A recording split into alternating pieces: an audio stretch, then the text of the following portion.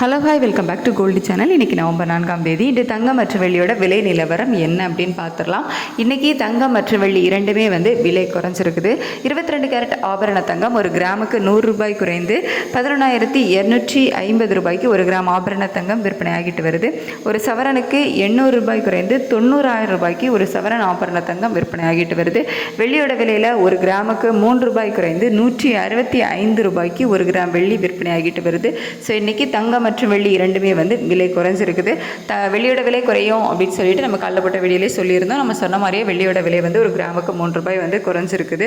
தங்க விலை up and down மாறி மாறி இருந்துட்டு இருந்துச்சு. ஸோ காலையில் இறங்கு முகத்தில் தான் இருக்குது, விலை சரிவில் தான் இருக்குது அப்படின்னு சொல்லியிருந்தோம். ஸோ ஒரு ப்ளஸ் ஆர் மைனஸ் 50 ரூபாய்க்குள்ள நம்ம சொல்லியிருந்தோம். ஏன்னா திடீர்னு அப்புக்கு போகவும் சான்சஸ் இருந்து, ஏன்னா தங்கம் விலை சர்வதேச அளவில் அப் அண்ட் டவுன் தான் மாறி மாறி இருந்துட்டு இருந்துச்சு.